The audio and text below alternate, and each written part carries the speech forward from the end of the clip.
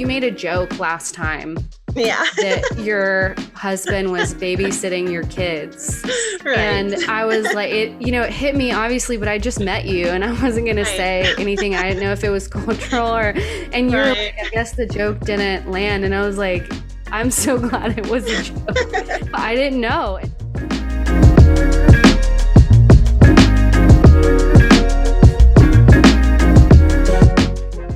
Welcome back to Restoring Relationships, the podcast. I'm Kate, your host, and your girl finally graduated from her master's in marriage and family therapy. So I've got my private practice going in Nashville, and yeah, things are good. It feels like a weight has been lifted since graduating. So thank God, because y'all know I was about to get burnout. But today we have a very special guest. I wanted to start off the new graduated vibes with a bang.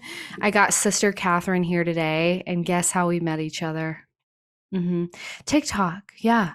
I was, well, first of all, let me say, when you're playing with your siblings and it's fun and you're roughhousing, like as kids or even as adults, and then shit gets serious, like someone says something too hurtful, a lamp gets broken, someone gets hit, and then things get really serious. That's what happened with me and Sister Kathryn. Okay. I was playing around on TikTok with these mother-in-law videos and kind of forgetting my context a little bit. I posted this one video, and Sister Kathryn, who I hadn't met before, I call her Kathryn in this podcast setting, but she was like, this is the reason that me and a lot of Muslims I know don't feel comfortable going to therapy. And I was like, oh my, no one said something to me so gently, but also, I don't know, I just wasn't even thinking about it. And so for the past month or two, I felt so badly about it. I'm like, dang. And then I was like, how can I use this experience to help people learn? And so I invited her here, and I'm going to play you our recorded conversation. And I think it's going to be really educational and informative for people like me, people in the therapy world, people online that just don't know a lot of Muslims personally, but want to know some things. And this episode specifically, we talk about what therapists need to know about the religion and people coming into therapy if they practice this religion, what we need to know so we can be culturally sensitive. So thanks for listening, and thank you, Sister Kathryn, for being here. I'll see y'all at the end.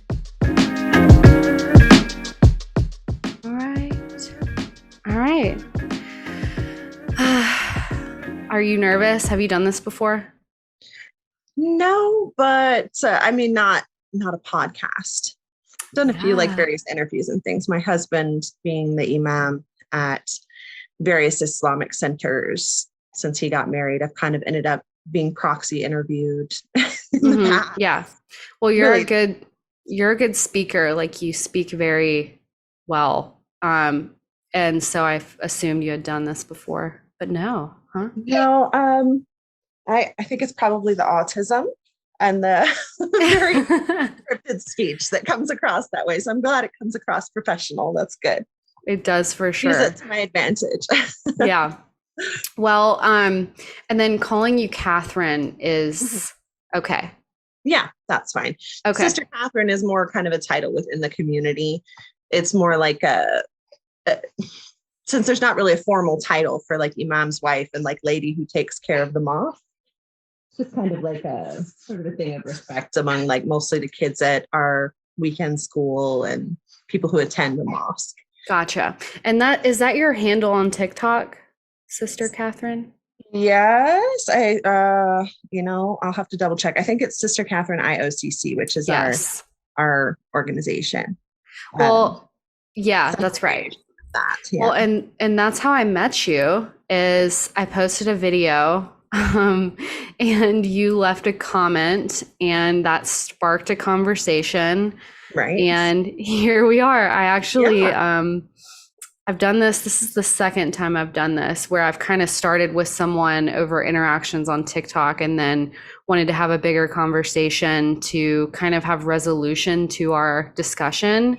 Right. And the context for our interaction was I made a post because I had posted a video about people and especially mother-in-laws that weaponize their religious beliefs to kind of justify hatred or I don't know, just negative behavior towards their daughter-in-laws. And so I'd made a follow-up video, and Kathryn, you commented on it and said kind of like this is the reason that, I mean, we'll be specific. I think you said this is the reason why some Muslim women or what did you say?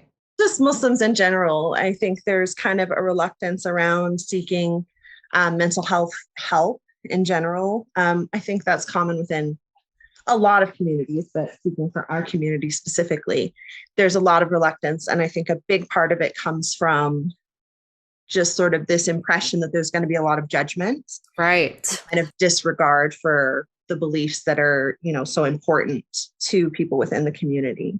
Right. And that comment like gutted me. I was like, oh, that's my worst fear. The last thing I want is for, a minority group, that being Muslims. And I'm saying that right?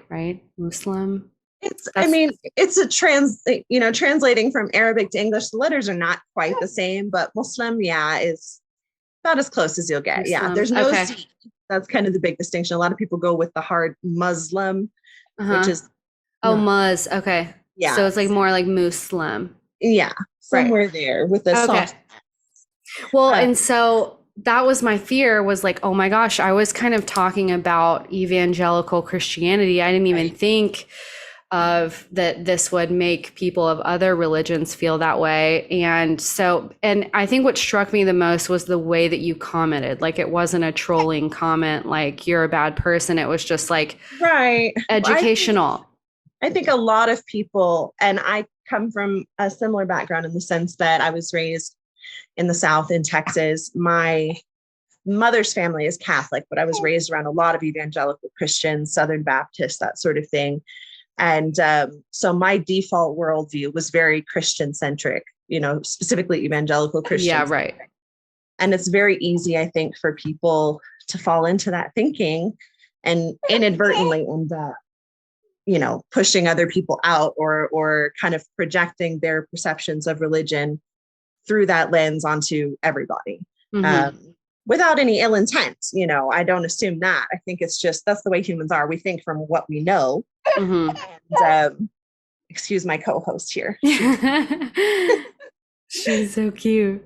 But, but I think that spoke a lot to, I don't know, your character, just the way you said that. It was very constructive. And for me, being on social media and having the professional kind of, I don't know, authority, power, I don't know how you would say it, but that position that's like, I'm kind of coming into understanding what that responsibility means. And I think for me, I just want to be able to admit mistakes and learn from them. And so that's why we're here. And I'm so appreciative that we're here. And I wanted to use this to educate other people and maybe even other therapists about specifics of the Muslim faith, to where we can be more culturally competent, more aware of how maybe things that we do normally and don't think about might like prevent other people from seeking help. And therapy is supposed to be the safest space. So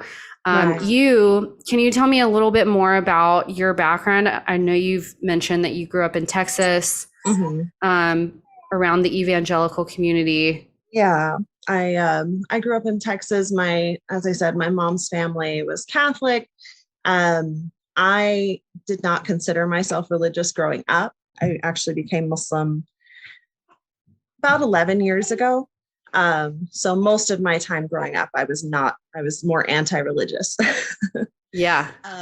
because I think a large part of that was my impression that all faith was kind of this just sort of variations of the theme that I had been presented with, which seemed to me as a kid growing up to be very judgmental and very critical and things like that. Mm-hmm. And I think a lot of people grow up with that and then go into kind of intellectual spaces. And I feel like it's important to, broaden your horizons as you grow. And it's great that you're doing that, because the fact that you did, take that criticism and run with it that means you're doing this for the right reasons. So that's some reassurance for you. Thank you. A lot of people would be like, oh, a lot of people just want to put religion in this box and just kind of disregard it together, which I don't see how you can help anybody when you approach it that way, because you don't have to accept it to acknowledge that someone else finds it important. Mm-hmm. But anyways, yes, I grew up in Texas, and originally started attending college right out of high school for psychology, and then went towards education for a little while, and then eventually ended up pursuing an Islamic studies degree instead of all of those things. So I've kind of dabbled in those areas. I've worked in some child development related fields. You were in behavioral health, right? Yeah, I worked with, basically I was sort of a one-on-one for kids with like severe disordered behavior issues in school. And yeah, I've kind of seen things a little bit from several different angles. Now my husband, an imam, is, kind of the religious leader. We don't have ordained ministry or anything like that. Mm-hmm. He's someone who pursued a higher education in the religion, in Islamic law, in Islamic theology. And so he fills a role of counselor and advisor and various other things. And I often end up doing my best to kind of be a support person for particularly women in the community who might not feel telling him about specific aspects. Mm-hmm. Things yeah. And y'all live in Denver. Yes. That's right. Denver, Colorado. And you run, is it the mosque there? Oh, there's about 20 mosques here. There's 20. So definitely not the one. We have a really large community these days. We run a mosque. It's probably the more active one for teens and young adult demographic. That's kind of been our focus. Is we feel like they're kind of underserved within the community. There's, a lot of the mosques were founded by older generations and they're still kind of focused there. Mm-hmm. So yeah, our focus is mostly on teens and young adults and helping kind of guide and advise them and help them kind of stay on the path to where they want to be. Mm-hmm. Yeah. And so how did you go from behavioral health to your role now? I married an imam. It's kind of part of the package. So had you, as converted the term, had you started practicing Islam, being a Muslim before? Yes, I was Muslim for about 3 years before I met my husband. Had kind of been practicing on my own. I'm the kind of person who likes to really understand something before I say much about it. And so I actually enrolled in an Islamic university online and started pursuing that degree in Islam before I ever even attended a mosque, because I didn't want to walk in and not know what was going on and kind of be overwhelmed by that. I like to over prepare for things. Mm-hmm. That sounds just diligent to me.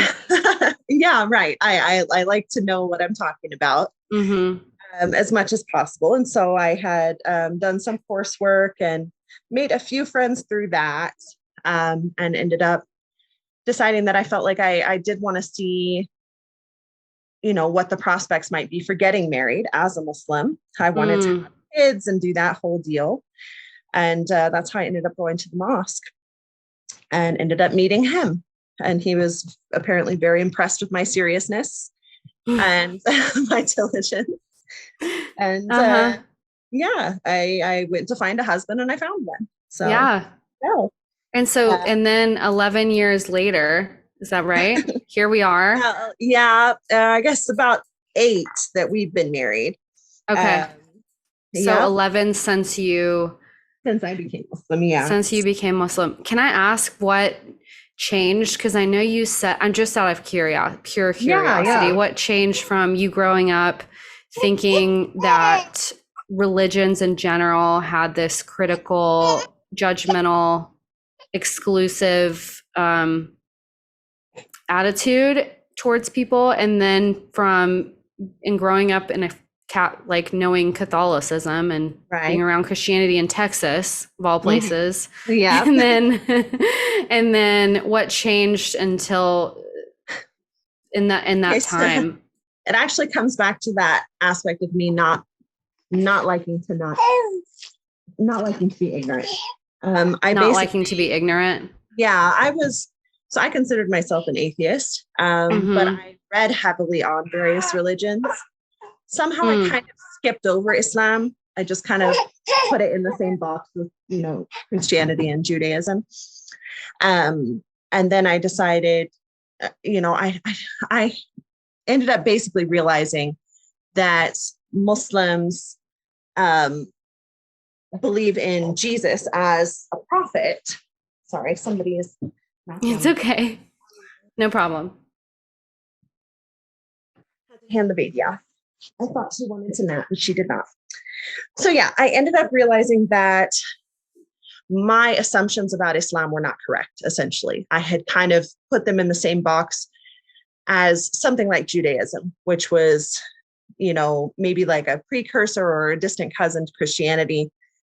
And I just kind of realized I didn't know as much as I thought I did, that I couldn't just Mm. make these assumptions. So I had met a Muslim at my job at the time and asked them if I could read a copy of the Quran. And Mm. I read it. And I had approached it the same way I approached everything, which was very like analytical. And I had like my notebook and I was ready to write down like any kind of contradictions or questions or issues I had with it. And just ended up by the end of it with a blank notebook, and just everything just made complete perfect sense to me. And it just kind of, it wasn't like I decided I was going to do this. Mm-hmm.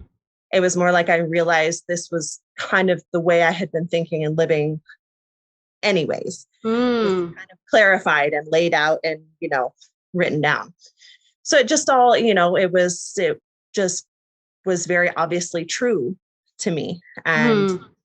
felt like, okay, I guess I'm a Muslim. And that was pretty much that. Mm. um, Cool.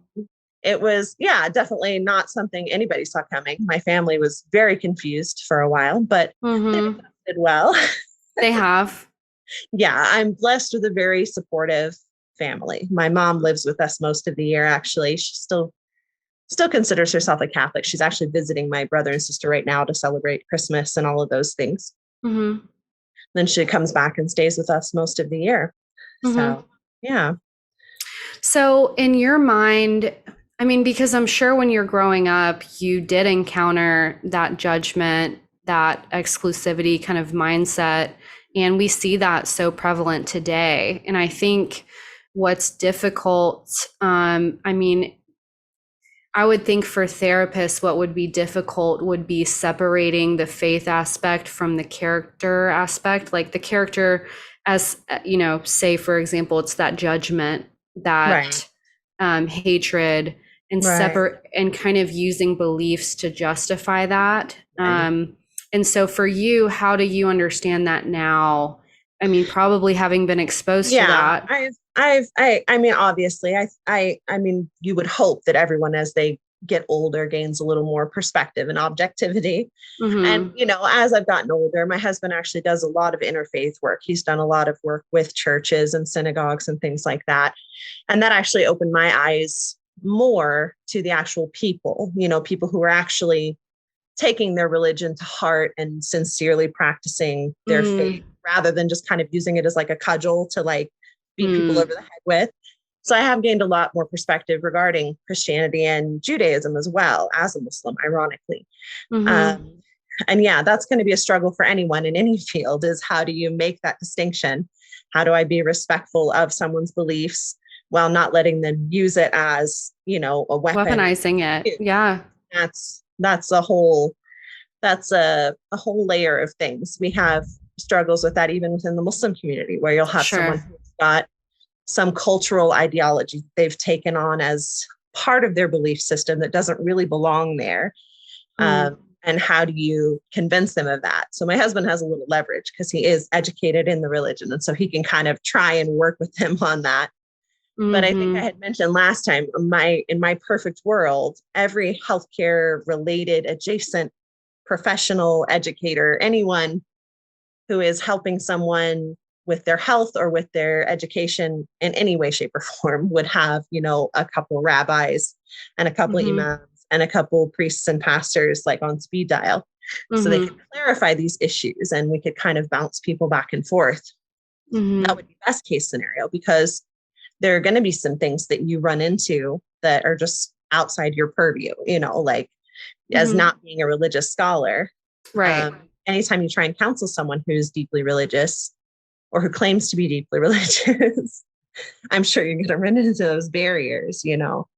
Uh, Yeah, yeah. I love that because to me, I feel like as I grow in my journey to be a therapist, it's like it's more and more I learn what I don't know and what my limitations are. And I think at first, I mean, even this first interaction when I posted that and you commented that, I was like, oh, I don't know something else, Right. and Good and perspective. Yeah.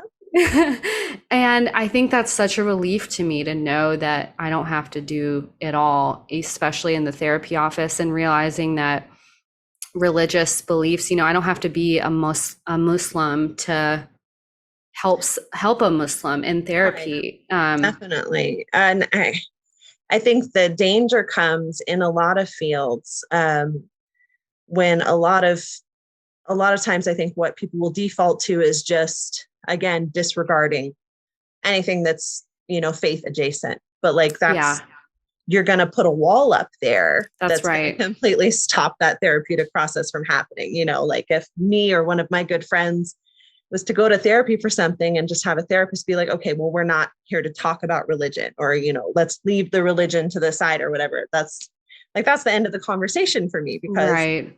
I can only speak for, myself and my community, obviously, but Islam is a verb. Like, this isn't a religion that you like go through a process and you're Muslim and that's it, you're done. Like, we don't have the concept of salvation. It's something you have Mm, to continuously actively engage in. And mm-hmm. so it is absolutely ingrained in every aspect of our lives. What we eat and how we speak and how we get dressed and everything, Mm-hmm. is connected to that. It's very much a mindfulness kind of religion. So Mm. it's not something we can just kind of put aside for counseling or therapy. Mm. Yeah, But yeah. because it really sounds like from the inside out, and a practice, like you said. So, what do you think that? I mean, we're obviously here because, and of course, I'm sure everywhere, Muslims specifically have fears going into therapy. It's mainly white people that do it. I know in my class, I mean, I did go to a small Christian university here, but that was really because of access. But anyway, I Right. mean, there wasn't a lot of diversity, and within our professor, like within the instructors and within the classmates. And so I couldn't even imagine being Muslim and looking for a therapist that um, I wouldn't be afraid of, or at least Right. hesitant for. And so I wanted to ask you, and I know we kind of touched on this when we first, talked, but what are some kind of general things about Islam or practicing Muslims that therapists would want to know about, and even people, just kind of basic things to be mindful of and aware of? Yeah. I mean, it's been a lot of years since I was in any sort of counseling. So I don't know what the current kind of focus is. But one thing that I know, a lot of people in the community have the impression that this Mm-hmm. idea of kind of cutting people off, we had talked about Oh that yeah. last time, the Yeah, yeah, idea yeah. of, oh, well, your mom is toxic, you need to go no contact with her. Yeah. Things like that. In Islam, there's everyone and everything has rights over everything else. Our property has rights over us. We have rights over our property. Our relations, our family has rights over us, and we have rights over them. So that concept of reciprocity with rights is very, very central. So you Hmm. can't just cut off, Mm-hmm. especially a parent. That would just, there's basically no reason to completely cut off all contact altogether.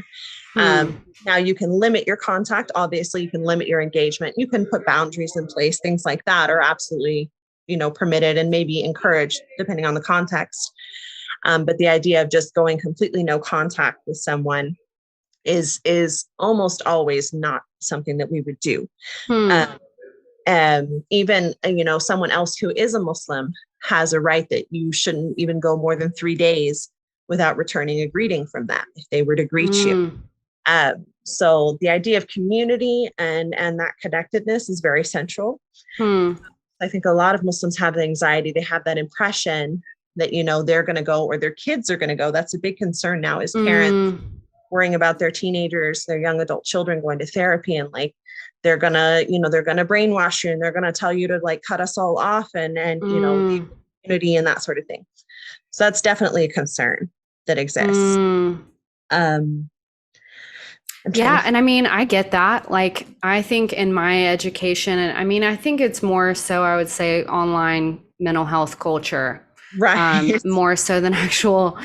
therapists. And That's the big vibe, but I think it's a lot of it's probably influencers rather than actual professionals. well, I mean, but even I think there's just a lack of context a lot of time that comes with social media. So it Yes. comes with it. But like my whole thing is, restoring relationships. It's very anti cut off culture. Right.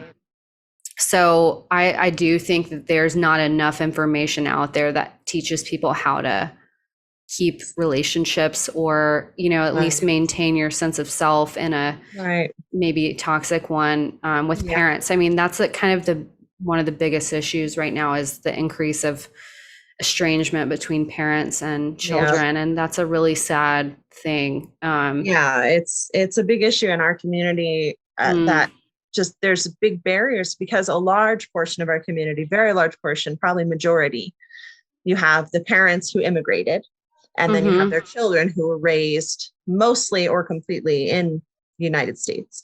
So Mm, there's this big cultural barrier there. right, right, Sometimes even language barriers between parents and children. right. If they're learning Mm-hmm. English in schools and they're learning losing their mother tongue, so there's definitely a lot of anxiety between those two generations around therapy and how that's going to affect, Mm-hmm. an already kind of tenuous relationship that's Mm-hmm. there. Yeah. Yeah. So we see that, I think, we see that as well in our community. Yeah, well, and another thing you had mentioned last time was so the process to from wanting to go to therapy to finding a therapist. You want to go, you look online, you find someone, you make a call, you maybe have a consultation over the phone just to make sure they're a good fit, and then you come in, they sit down and come in, and typically you fill out intake paperwork, which to Yeah. me is very can be very like invasive. It's like, whoa, I don't Yeah. even know you, and I've got to tell you all Right. this like my most intimate, sacred, personal information. Right. And I remember you saying last time how that could possibly be a barrier, just something for therapists to be mindful of. Yeah. On top of people that have that anxiety already, there's another Right. layer to it. Yeah. Within Islam, it's very discouraged to kind of expose, I use the word sins loosely because it's not the Christian sort of conceptualization, but it's Mm-hmm. basically bad deeds or bad things that you have done or that someone else has done. Exposing those things without a true, clear, concrete purpose is very, very discouraged. It's Hmm. not, things like, it would be considered gossiping or backbiting, which is Hmm. definitely considered sinful. So there are reasons to do that. If you're talking to someone like, an imam or someone who you're confident can help you resolve an issue, Hmm. whether it's just your internal processing of it, or whether it's trying to make amends with someone, whatever. Hmm. But if you have that clear purpose in mind and you have that confidence that this person's going to be able to assist you with that, then you might tell them. But just coming right in the door to someone you've never met before and Hmm. laying all out, um, I could see a lot of Muslims being very reluctant to be upfront with Yeah. invasive kind of questioning until you've already established that kind of relationship and they know that you're someone who's genuinely going to try and give them, some sort of benefit, some sort of helpful answers and conclusions. Um, yeah, I could see some definite reluctance there. Hmm. So, and are you saying for therapists, it's a little, there's another layer because of the cultural difference before the trust can be there? Because, you would think, Yeah. I mean, would it be the same, say, if they went to a doctor for a medical issue? Uh, And I'm just asking kind of, yeah, very often. I think there's a lot of layers because there's the religious aspect of it, of not wanting to complain unnecessarily, of mm, not wanting to expose your flaws or other people's flaws. There's very often, especially with the older generations, going to be the cultural aspect of not necessarily trusting people who are in healthcare in general. I think that's right, a very justified fear a lot of immigrant totally. have, a lot of minority communities have, is that maybe I Mm-hmm. can't trust this person. Um, and yeah, I'd say there's at least one more, if not two more layers that are typically going to be there that you're going to need to get through to really establish that confidence before you try and, kind of get too deep into things. And yeah, that's true in healthcare as well. We've, you know, seen that. One of my closest friends has a father who's dealing with cancer and has been extremely reluctant to undergo treatment that has very good odds of succeeding, just from that distrust of the medical Mm, process and the medical mm, establishment, and his just worry that like he doesn't understand what's going on. right. And so pushing him to do it is, it's a challenge. So there's Mm-hmm. there's layers there for sure. Yeah, well, and I'm you saying that, so just the kind of cultural values of not complaining or exposing others unnecessarily. Um, what, I mean, because therapy kind of, I think people have the idea that that's what it is. Right. Yeah. Or, sometimes you don't know what you don't know. And so you have, more often than not, people think that they're complaining when they have a valid concern. So how do you understand the difference between those two things? It's a gray area because if it's something that you can't objectively change, but talking about it will help you psychologically, then that would make it a justified thing to talk about in Hmm. Islam. Because in Islam, everything is contextual. It's very few rulings in the religion are black and white. For example, we cannot consume alcohol. We cannot consume pork. But if I were starving on a hypothetical desert island and the only thing available was like wine and bacon, then I'm actually obligated to consume those things because Mm, preserving my life is far more important than, rulings around dietary restrictions. And so similar things with mental health. If it's something that, the person is never going to apologize or you're never actually going to resolve the issue or whatever the context is, but discussing it could help you process it, then that makes it justified. mm. Um, but Yeah, I so it's think really not black and white at all. it's not, which I know Yes. probably doesn't help you. But yeah, it's a question of you have to eventually take that kind of internal, have that internal conversation and say, is this going to help me if I talk about it? And if it is, and that trust is there, then that's totally justified. If something is doing harm to you by not talking about it, then the best thing you can do as a Muslim is find someone who's going to not spread that news further and kind of Mm-hmm. discuss it and process it. Mm-hmm. But I think Muslims also get confused in that because they're like, well, I don't want to complain, or well, I don't want to backbite, or I don't want to gossip, or but again, if there's a purpose, if there's a clear purpose and a clear goal in having that conversation, then it's not one of those things. It's not, Mm-hmm. something you're not allowed to do, if that Mm-hmm. makes Yeah, sense. it does.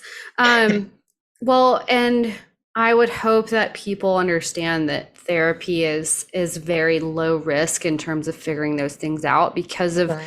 pure and simple confidentiality, Right. and that we literally, everything that happens in the room stays in the room, except in the case, where you're subpoenaed by the court. Right. if there's child abuse or elder abuse. And Right. that's a very gray area a lot of the time, or threat to or harm to self or Right. other, Yeah. suicidal, homicidal. And again, those are very on a spectrum, for the most part. So there is, ideally it's structured to be a safe space, but Yeah. ultimately it does come down to the therapist's competency and cultural sensitivity.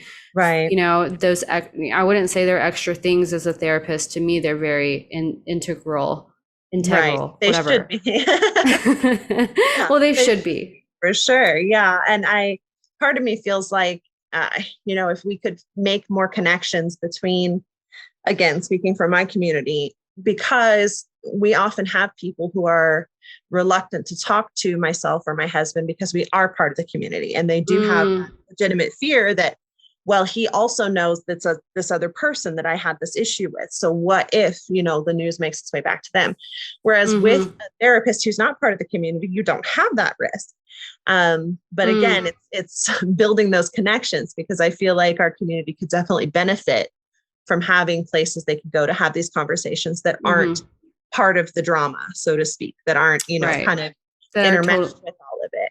That's right. Well, Yeah. because I mean, even if I needed help on a case, Hmm. like I would speak very generally, even to my Right. supervisor. Like I wouldn't Right. give off any identifying information, and that's Right. just kind of for educational purposes. But Right. I wanted to cover two other things real quick. One, and I know we talked about this last time, was one is just kind of the pillars of Islam and what it means to be a Muslim, a Mhm. practicing Muslim. And the second thing was, my thing is relationships and committed relationships. And I'm very interested in the Muslim idea and concepts of marriage and gender roles and men and women. And we covered on this, and I I think it's very important, because I think, again, that's something that you made a joke last time Yeah. that your husband was babysitting your kids. Right. And I was like, it hit me, obviously, but I just met you and I wasn't going to Right. say anything. I didn't know if it was cultural and you were like, Right. I guess the joke didn't land. And I was like, I'm so glad it was a joke, but I didn't know. And like, it's not my No, nature to be like, girl, what? When I yeah. first meet you. Um, so anyway, to Yeah, cover, those perceptions can be there for sure. Yeah, well, it's just from ignorance though, too. right. It's, And that's why conversations are so important. yeah. That's my ideal world again. So, Yeah. yeah, wait, can you cover too the Yeah. hijab? Okay. So, The You want me to start there? I think so. So Like what it it means to be a practicing Muslim. you have the five pillars, which are basically the profession of faith, which is, we say, the Shahada is basically testifying that there's only one God. Muhammad is the final prophet of God. Then you have, the five prayers, which are five obligatory prayers. We talked a little bit last time. This is Mm-hmm. different than your typical Christian concept of kind of just casually conversation. This is more of a formal, structured prayer that we do 5 times a day, basically right before Mm-hmm. sunrise, right at noon, middle of the afternoon, sunset, and then once it's fully dark. That's Um, one pillar. yes, that's one of the pillars. The zakat, which is an obligatory charity that you have to give if you have any excess wealth. So this is only obligatory if you have, a certain amount of wealth that just kind of sits for more than a year. Then you give a percentage of that in charity to someone who doesn't qualify to give that charity, basically. Someone who Mm-hmm. doesn't have excess wealth, is the third. The fourth is fasting in Ramadan, which is the ninth month in the Islamic calendar. We fast. Most everyone fasts, basically from sun up to sundown, from food or drink, from foul speech, from lying, from gossiping, from anger. And that's Um, in the ninth month, you said? the ninth month in the Islamic calendar, it kind of moves through the Gregorian calendar because we're on a lunar calendar. Okay. So that's a little different. And then the Hajj, the pilgrimage to Mecca, This is another one that it's obligatory if you can do it, sort of like the charity is. If you don't have the wealth or the means to do it, then, there's no harm if you don't. So kind of the central ones that everyone has to do, that there's really no excuse, are the first two, which is the testimony, testifying that you agree with these tenets that make you Muslim, and then praying.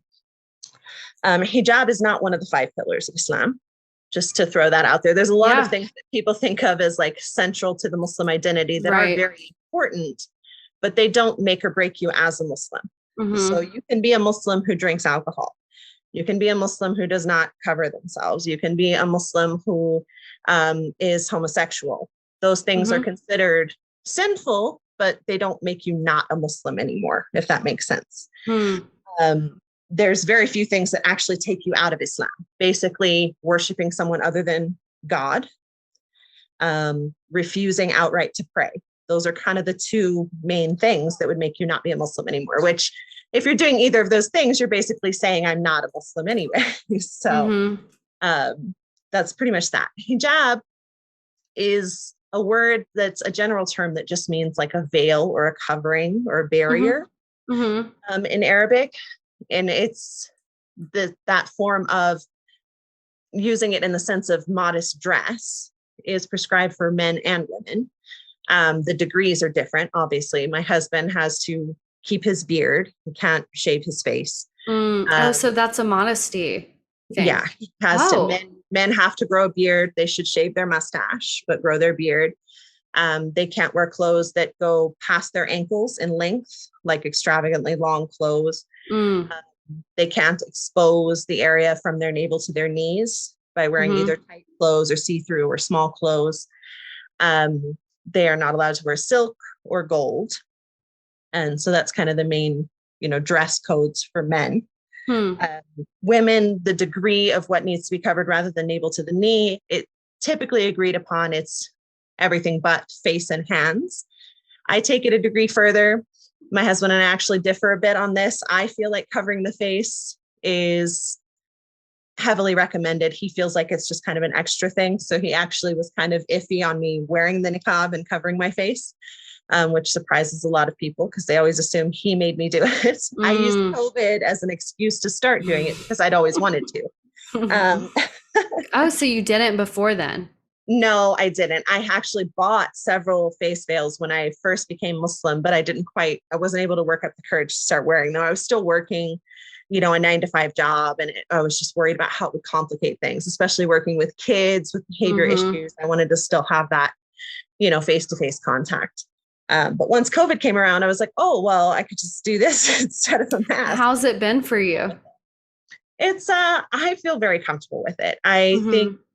I think part of it is, obviously the faith side of things. I feel like it's a reminder for me that I'm a representative, a very public, visible representative of my faith. And it helps me to check my behavior and be sure that I'm behaving the way I should, especially in public. So yeah, I enjoy it. I'm glad with the choice to do it. But yeah, again, hijab is not, it's not a pillar of Islam. It is something that's considered mandatory. Dressing within those guidelines that I listed for men and women is considered mandatory. But again, just like anything else, you can choose not to do something that's required of you, right? That option is always so there. There's a difference between identifying as a Muslim with the first two pillars and then not doing what's required. Those are two different things. Muslims sin all the time. That's absolutely something that happens. We're human beings and we were created, and sent to this world in sort of a flawed manner. We're impulsive. And the Quran even says that we were created in haste. We were created to be kind of impulsive, rushing, kind of creatures. And that's just part of our nature. And that's something it's not encouraged, obviously, but it's expected that people will make mistakes. People will struggle with different tenets of the faith more than others. And so we just kind of encourage, if you find something that you can do easily. For me, when I found that I didn't have a problem with covering, I wanted to take it a step further because it is something that's easy for me to do personally. And I feel like it gives me a little bit of an advantage to make other things, easier. For sure. but everyone has different struggles. That's just humanity. That's just Mm-hmm. being human for sure. Mm-hmm. Cool. Well, thank you for sharing. I think those kind of basic things will be Yeah. very helpful to people, even though they may seem kind of shallow and very surface level, very Right. basic. Um, Right. and People don't then, know a lot about Islam. yeah, That's and I yeah. think like I grew up, and one of my best friends, her parents were, I think, practicing Muslims, and um, I never asked about it. Like Right. I think I would, and she was my best friend. I mean, and Right. we never talked about it. And I think I just didn't know how. I didn't want to be offended. And I don't think that's Right. a reason anymore, Right. as an adult and being in the position I'm in. But I think just as a person, I want to figure out how to do that. Yeah. And I've always learned, I've always been surprised at people's willingness to share and Yeah. the acknowledgement and validation they feel just in the question and in the Right. curiosity. And so I just hope people can be I encouraged by I that. think that's true for most Muslims. I mean, you might occasionally you'll run into like a language barrier or someone who doesn't know. I mean, just like any other faith, there are millions of Muslims who are raised in that environment, but don't necessarily open a bunch of books and read into the legality of things and the meaning Mm-hmm. behind things. So, I think one place some people do go wrong is they'll often assume that specifically any woman with a headscarf is an authority on the faith just because like we cover up, we must know like all the answers to all the questions. That's very often not true because if you Mm-hmm. don't really take the initiative, Islam is a vast religion. Like I said, it touches on every aspect of life. Mm-hmm. So if you don't really take the initiative to read into where these rulings come from and why, you may not know a whole lot even as a Muslim other than those Mm-hmm. kind of basic points. But yeah, in my experience, I feel like most Muslims are typically pretty happy to talk about the religion and talk Mm-hmm. about why they do things. There's, a lot of variations in cultural backgrounds and things like that, but those kind of core principles are usually there. So, Mm-hmm. And have you, I mean, I feel kind of just weird asking this, but you grew up in Texas. yeah, You were not born in the Middle East and came no, over and have immigrant parents. And no. have you found what have you found is, I mean, I don't know, the Middle Eastern culture separate from the religion of Islam? Has that been, how have you navigated that just in the Well, community? I And think maybe it's my initially, ignorance that assumes, no, it's initially it can be confusing, but the reality is most Muslims are not Middle Eastern. Most Muslims, the largest Muslim country is Indonesia. You've got Nigeria is one of the largest Muslim countries. Most Muslims are Asian, followed by African. Middle East, wow. Arab Muslims are something like 9% Oh of the my whole demographic. gosh. That's where it started. But Wow. they're by far a minority, but that's very deliberately misconstrued in the media because Wow. they're the easiest group to pick on because of the unrest in that region. So it's very easy to Wow. kind of focus on them and Mm, disregard the rest of the world. that makes That's me so sad. I uh, can't believe that. I mean, I believe well, it, I but was I was shocked, to find that out. Initially, I came into the religion for the religion, not really through a specific community, mhm, and I pretty quickly realized that like that was not at all the central demographic. There's a lot of cultural overlap just because the religion was kind of eh, the Quran and stuff was revealed in that region in the Arabic language. So there's some okay. cultural overlap. Okay. Um, but they're really two very separate entities. And so for me, my husband is from Kenya. So he's an African Muslim. His father was also an imam. Um, and so I don't have a whole lot of connection with the Middle Eastern community, honestly. Our Hmm. demographic here, most of our local area are East African, Somali and Oromo and Oh, Ethiopia, that sort of region. I think we're in kind of Southeast Denver, and that's the main demographic here. So from non-Muslims, I often have to have that conversation, like, mhm. getting told, why don't I go to Afghanistan or why don't I go, which is always just such a bizarre question. It's And I still remember the first time I got told to go back to my country. And I'm like, I'm from Texas.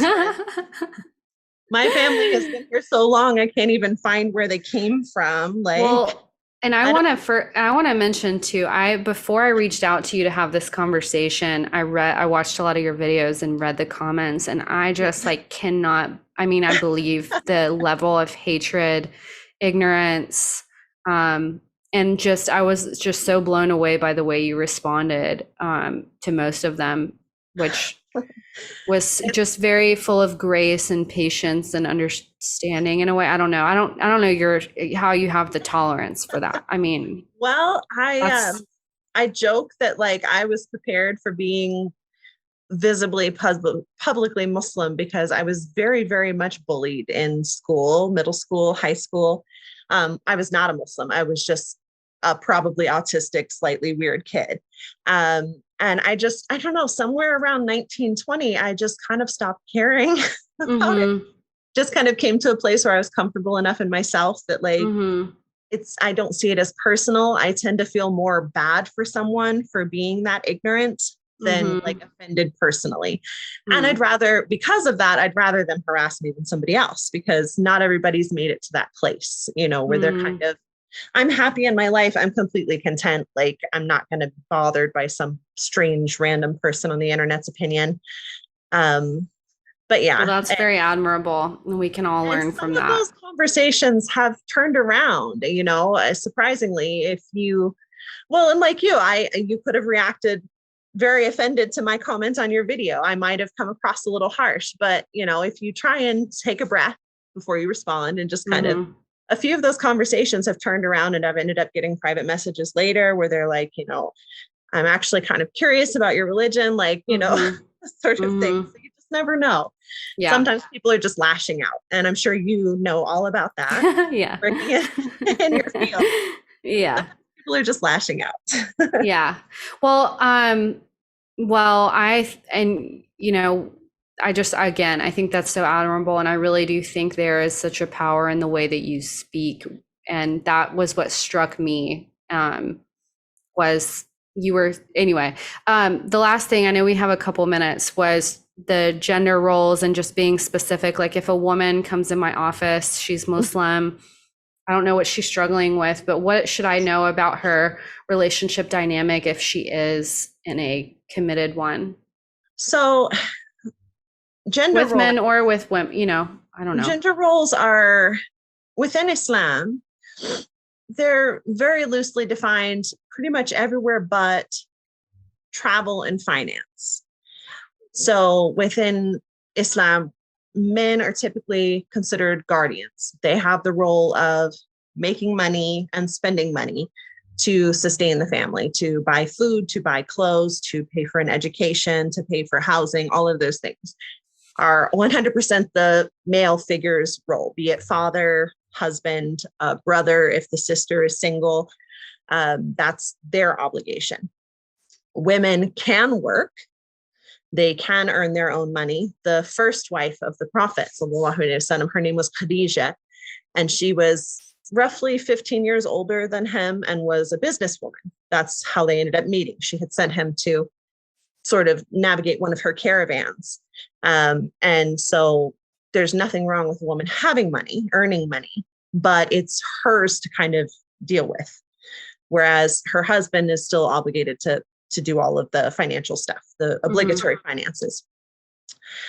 Because of that, it's the dynamic is typically going to be that there should be some consultation if you're going to make big purchases. If I shouldn't just take my husband's bank account and go buy a house without talking to him about it, obviously, which I feel like is just kind of general courtesy. But Mm-hmm. again, my money, if I saved up money I had earned through, whatever, selling books, things like that, and I decided I wanted to buy a house, I 100% can do that. And it's absolutely none of his business. So property is kind of divided in a unique way in that sense. Women were allowed to own their own property, which was sort of unheard of at the origins of Islam and for a very long time after. Within marriage, we had talked a little bit about how marriage has to be mutually agreed upon. There's this concept that forced marriage is somehow an Islamic practice when it's absolutely not. If a woman doesn't consent to the marriage, it's not a valid marriage. because there are pillars for everything. Just like there's pillars for being a Muslim, one of the pillars of marriage is consent. The woman has to give consent. If you don't have that consent, then it is not a marriage. Hmm. It would be assault and kidnapping, basically. Um, so again, cultural Yeah. bias, cultural issues can come into play there, and very often do. But anyone who bothers to dig deep will realize that those cultural issues are not unique to Muslims. Like if you look at places Mm. like South Asia, where it's common to hear about forced marriages, that's not just the Muslims, that's the Hindus and everybody else doing it as well. So it's a cultural Mm. problem. Mm. Because again, unfortunately, not every Muslim has really delved into the tenets of the faith to really learn it Hmm. on a deep level and kind of Right. override the culture with it. Hmm. Um, Another restriction that will come up is that Muslim women are discouraged from traveling alone. Now, defining traveling, some people will take that. We've talked about how you can use something to your advantage if you want to. And Hmm. some men will say that means you can't leave the house by yourself. Oh, That's not wow. what that means. Like, this means, like, if you're traveling more than a day's distance, then you should have someone with you to be sure that you're safe and you're not on your own and you're not abducted and whatever. But some people will manipulate that for sure to try and keep a wife locked up. But you actually, like, a woman has a right to visit her family. She has a right to friends. She has a right to an education. She has a right to all of those things. So Mm. realistically, again, that cultural idea that you can kind of hold a woman captive in her house is, again, not an Islamic one, very much a cultural problem. Mm. There's a lot of those that we deal with. Even, my husband and I advising couples all the time are like, you can't do that. Like, maybe that's Mm. your parents and your cousins and everyone back home did it, but that's not anything to do with the religion. That's a cultural issue. Gotcha. And Islam didn't come to destroy culture, but anytime there's a conflict where a cultural practice either causes you to sin as a Muslim or prevents you from doing something obligatory, then you have to throw that cultural practice out. That's another tenet, is you can't keep it just because your parents did it if you know now as a Muslim that it's not correct to continue. So again, there's so many like little minutia that we could get into. I know. I like in Relationships talking are to you right complicated. now, I'm like, I want to keep going. Relationships Um, are complicated, and there's so many different aspects for sure. Um, mhm. but yeah, we'll have to do this again sometime. We really So, do need to. Wait, so is there a, I wouldn't say like revolution, but if there is there change going on within the cult, maybe I mean, there's a culture of, I mean, what's the difference between like Islamic culture and the religion, you know? Like, is there an uprising of women, um, just like there is kind of in general in the I world right think now? I think young people in general, not just women. I think, we have a large group of youth, kind of like 16 to 23, 24, Right. around our center, that are very much taking an active role in educating themselves and separating themselves from the kind of cultural ideologies their parents brought with them coming here. And that's a big part of why we wanted to start this center that we opened, is to kind of help nurture that, because that's what Islam was always supposed to be. It was always supposed to be something that kind of rose above just cultural ideals and united Mm-hmm. people, Mm-hmm. and united people as like a human identity more than just, again, you can still have your cultural practice, your cultural clothing and cultural food and things like that. But anywhere that culture was harming people and damaging people, you were Mm-hmm. supposed to leave that alone. And I Mm. feel like pretty globally, there's a generation of Muslims now that are with the internet, like, they don't just have to do what their mom and dad say anymore. They can actually Right. read it themselves and be like, There's that's not what it says. Like, I read it. right. They said, so it's very promising. I think that, yeah, there's the internet, if people can use it beneficially, can do a whole lot of good. Right. Well, cool. Well, this has been unbelievable. I want to let people know where they can find you if they have more questions or um, I mean, because we could do this again if there are enough Yeah. questions, but where can people find you or reach out? What basic information do they need to know? I mean, I have a direct email. That's probably the easiest. do people email anymore? I'm I'm on TikTok, Sister Kathryn IOCC. But I also, my email is Writes. sisterkathryn@gmail.com. Yeah, Right. writes Yeah. is WRITES. So Sister Correct. Kathryn, and Kathryn is KATHRYN. Correct. Writes At at Gmail. gmail.com. Yeah. There's And then also your TikTok is Sister Kathryn IOCC. IOCC. Yeah, IOCC is our organization, the Islamic Outreach Center of Colorado, which you can also find us at islamicOutreachCC.org. That's my organization's website, which also has a lot of my husband's content and our Cool. activities and that sort of thing. And yeah, we'll have to talk again. Yeah. Well, thanks so much. We will be in touch. Thank you so much. It was good. Good. Bye.